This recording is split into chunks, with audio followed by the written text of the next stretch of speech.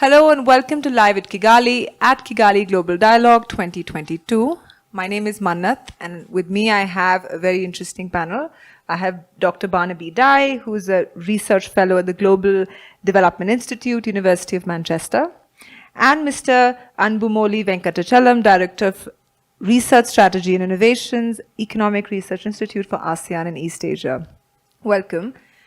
And we're here to discuss a very interesting topic called From the High Rise to the Low, Inclusive and Sustainable Infrastructure in Africa. So very warm welcome to you both.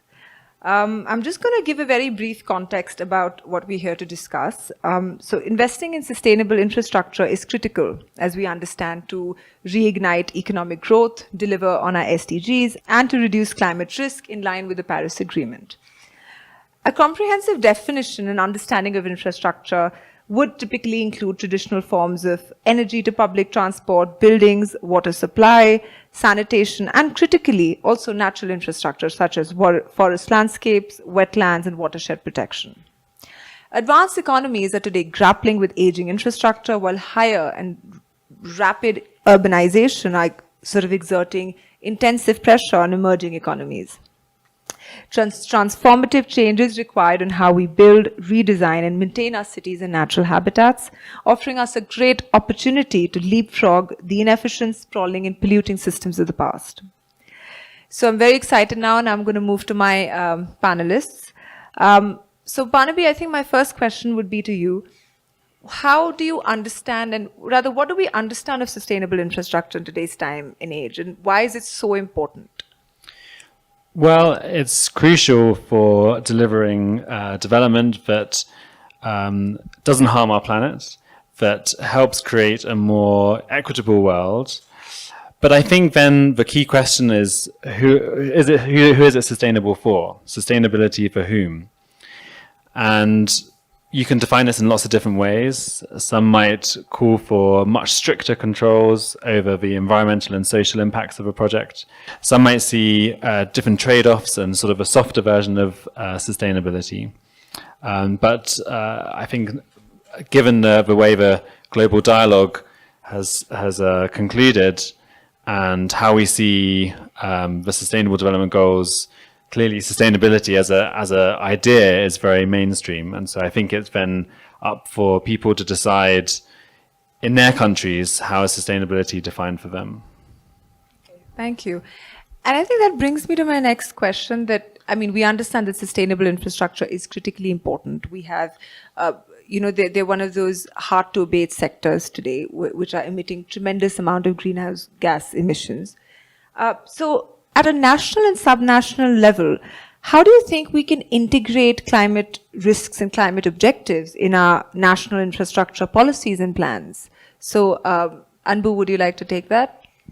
Yes, and in this regard, maybe we need to define the sustainable infrastructure in a way that is acceptable and implementable. And in the context of Africa, that is, we mentioned about this is Africa, the objective of that infrastructure is to increase the living standards of the people. And also in the past, the infrastructures are susceptible to the risk, that is for example, disasters and the climate change. And so when we define this sustainable infrastructure, it is basically to contributing reduce the emissions, and then more resilience against the natural disasters, and bring the prosperity and increase the living standards of the people or the beneficiaries. So whether this region, what could be the national strategy for building the sustainable infrastructure? And here, if you coming to this region, particularly Africa, and most of the infrastructures will be built in the future, I think, from now on. And here, their first thing is they should avoid this lock-in of building this old carbon-intensive infrastructure. That may be a coal power plants, or it can be a road transport systems, or it could be a kind of obsolete technologies which is cost effective as of now. So these standards, and one thing that is what the countries need to think about is one is setting the targets. And for example, in the case of the carbon emission reductions, they already has committed for the NDCs, and so NDCs brings a kind of a target setting for building the infrastructure. And the second thing is setting the targets. The next will be developing the standards, where that is most of the countries lack it. And here we don't have a kind of a consensus on what contributed for this sustainable infrastructure. And here we need to develop a taxonomy of sustainable infrastructures. Third one is the financing, and we need we know that is this sustainable, climate resilient, and the new infrastructures, the new technologies is costly, and it is the thing is who is going to pay for this extra cost, the additional cost. I think these are the three things that is the country need to think about it, develop the strategies, and develop a roadmap that should be ingrained into the national development plans. Right. Well, very well said. And I think I agree. We need technology, we need finance, we need investments. But I also want to ask you that, like you also said that, emerging economies like Africa or India do not have those resources. They do not have the technology. They do not have the finance for it. Where do you think they will get that from? I mean, how willing do you think the developed world would be willing to part with that finance or that technology without the kind of cost that emerging world cannot afford? And I think, and sort of just pulling that thread, how and what role do you think groupings such as the G20 or MDBs and other multilateral institutions can play in really driving the sustainable infrastructure agenda and guiding investment strategies of public and private capital towards more energy efficient and low carbon projects and investments? So if you look into that, is where this or how these infrastructures will be built and who is going to finance it. And what is the currently what is happening is if you look for the sustainability and low carbon infrastructure, what is normally what is happening is one is that is countries look for the public finance. That is, first one is that is coming from the financial outlays, the national budgets. And the second source is the international financial architecture. They are looking for this international finance, which is rarely coming in. And the third one is the private finance. I think this order need to be changed, and I think where that is, we need to put the private finance first, and then coming to this second one is the national finance, and third one is the international finance. This international finance role is a very critical, but it will be a leveraging, and this will be a very flow. If you think that is the financial flows that is taking place, and this is a very low and in quantity and in the cash flows. Why? And private finance basically doesn't have the emotions, and these are market driven. So here there is a role for this public finance, and the international finance comes in, and they can play a leveraging role. And governance.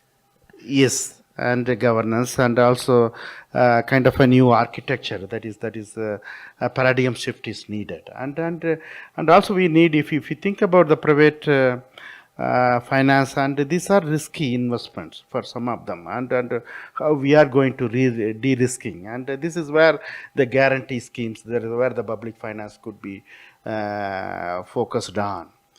And the another thing is on the role of G20 and the multilateral development banks, and as I mentioned, multilateral development banks, their technical assistance and the financial assistance could be under the international finance category, and here they again they have the leveraging role. For example, and we calculated, and for in Asia, the leveraging rate is about 1 to 10, and that means is an international financing institutions are putting $1 and they could develop private sector is ready to put another $10. This is a kind of a functional role played by the multilateral development banks, but again the quantity is very less, but the qualitative difference they make is enormous. I mean, we live in a capitalistic system, right? And all financial institutions need to find the right financial incentives to be able to invest in projects. And sustainability, unfortunately, doesn't sort of afford them with the right incentives, or at least they haven't been structured in that way, or they don't have that understanding of risk in a certain way. And I think that brings me to you, Barnaby, that you worked on India, Africa, and you've understood infrastructure patterns in emerging economies. You've studied that, you're teaching that. What do you think, what are the solutions that you think we need to come up with? Because we talk about the various challenges in this landscape.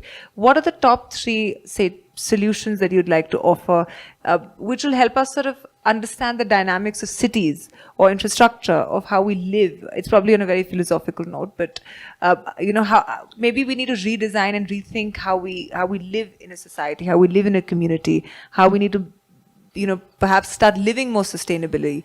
I think I would start by, again, emphasizing this importance of understanding how sustainability is different for different people. But, it is one thing to have a definition, and this is how the international community tends to work. But a lot of projects that are labeled sustainable aren't necessarily sustainable for all of the people affected by them or using them. Sometimes you might have a project that has less environmental impact, but perhaps more social impact. Sometimes it might be that you're trying to protect a certain type of species, but then it's maybe not so financially sustainable, or maybe it's not so socially sustainable. So I think it's important to always remember that sustainability can be manipulated, it can be defined by different people, and that's okay, but it needs to be recognized. And so sort of coming to the sort of 3 things I think are really important when trying to plan and think about how to make projects more sustainable. I would always start by trying to recognize that infrastructure projects have trade-offs, and it's impossible to avoid these trade-offs. There's always going to be negative impacts from a project. The question is, who is going to bear those negative impacts? Is it possible to mitigate those impacts? And then have a really informed discussion about what, as a society, you think is worthwhile. And of course, there are going to be trade-offs between the cost of something, who it's affecting, who it's benefiting. And so one of the things that I've been working on as part of a project at the University of Manchester has been thinking through how we try and design more sustainable infrastructure projects in the water, environment, food nexus, energy nexus. And we put forward an idea of using computer-based platform models to try and help understand the different trade-offs from a particular infrastructure project. And these technologies are increasingly available. The one that was using in this project is available online. But what we really stressed is that these technologies can take you so far. They can maybe help you understand some of those trade-offs. But the key is to have a sort of governance system around them. The key is to really have a participatory, stakeholder-led discussion that helps you really understand who is being affected by these projects. And then think through the mitigation measures, think through what, as a society, what costs you're prepared to bear, and who you want to benefit from a particular project. And so it's really that sort of iterative process of decision making, which is, I think, at the heart of trying to make a project more sustainable. And you can use new technologies in order to help you do that, but it's still fundamentally about people, it's about discussion, it's about an informed way of trying to make decisions. Thank you. And I think with that, we've come to the end. Yes. I would like to add on it, and basically that is what could be the solutions for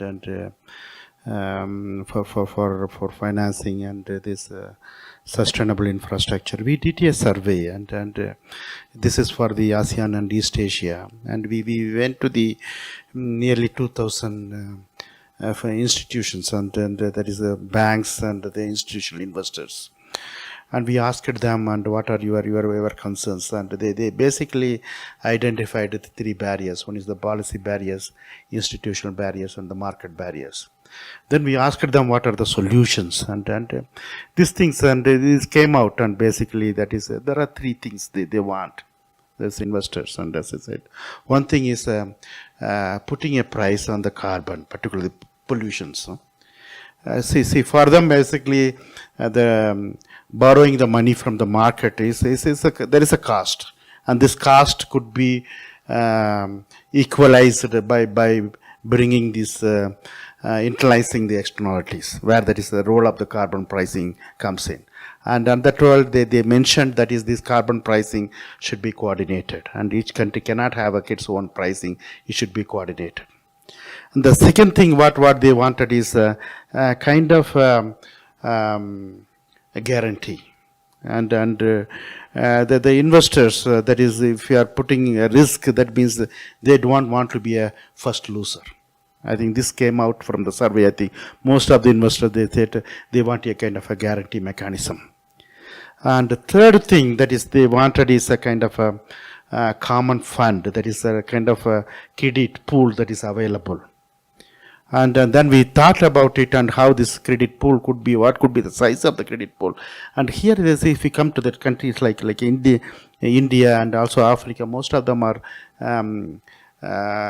paying for the subsidies, and so what we proposed is this pool of this crowd pool, and it could have a size of these subsidies, and so they put it, and then this investors and this infrastructure investor, they can borrow money from it at a less concessional rate.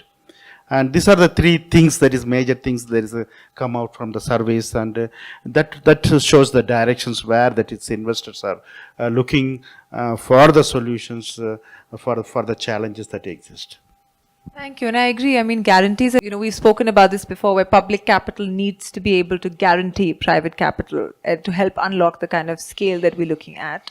And on carbon pricing, I completely agree. I think we need a form of carbon pricing, a carbon market where we can internalize the cost of carbon to be able to sort of fix the price distortions that we currently see, which are sort of channelizing money into fossil fuels and diverting money from green investments. And we can't sort of switch that and reverse that pattern until we sort of internalize the price of carbon.